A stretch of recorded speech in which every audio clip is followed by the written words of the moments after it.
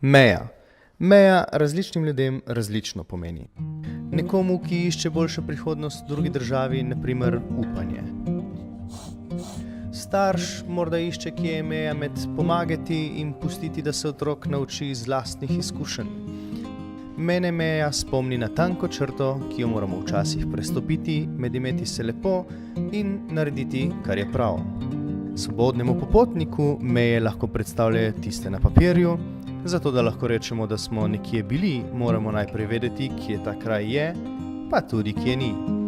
In meje znotraj nas, da si jih upamo predstavljati, se soočiti s svojimi strahovi in kreniti v svet. Zato pa moramo najprej prestopiti meje domačega praga.